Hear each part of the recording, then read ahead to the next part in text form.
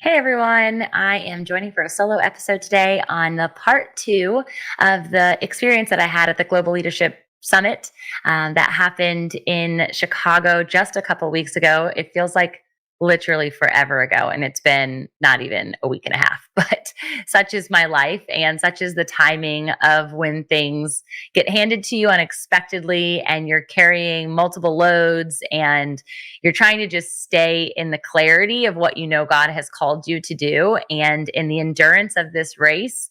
Man, when new things are added in and you're juggling different elements, it can feel very weighty. It can feel next to impossible. I'll be honest.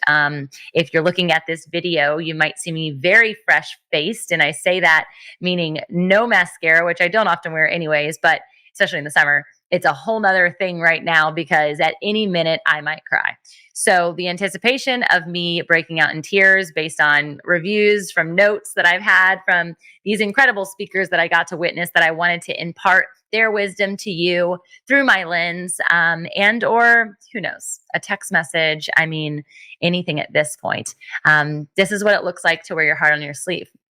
And this is what it looks like to be vulnerable. And this is what it looks like to still say yes in obedience to what God has called you to, still to use your voice, even though you might feel like you don't want to, when you'd rather be quiet, when you'd rather maybe scream at God or wail at God or complain to God, which are all things people did biblically and scripturally, and we're all allowed. And that's kind of the season that I'm in right now, not because I'm mad at God, but because I'm mad at the situations that are unfolding around me. And yeah, I maybe at some point, I'm sure I will, because I always do. We'll go into details about what those things are. But I do want you to know, if you're listening to this show and you're a part of our community, and you've seen maybe a post of me being vulnerable, a post of me in tears, or just feeling the weightiness of what it is that is going on without actually knowing, your prayers, your text messages, your emails. I read them all personally, and they have blessed me so, so much. Some of your prophetic voices have carried me through the night. Some of your podcasts alone, or worship songs, all of my musician friends out there. You matter. Your stories matter. Your voices matter. And the way in which you show up for the body of Christ, when you take note of someone's, inconsistency, or maybe somebody's variation or variability in their energy or their natural fruit and gifts that I share with you guys so often via my joy, and that contagious space where people are often like, can I put you in a bottle?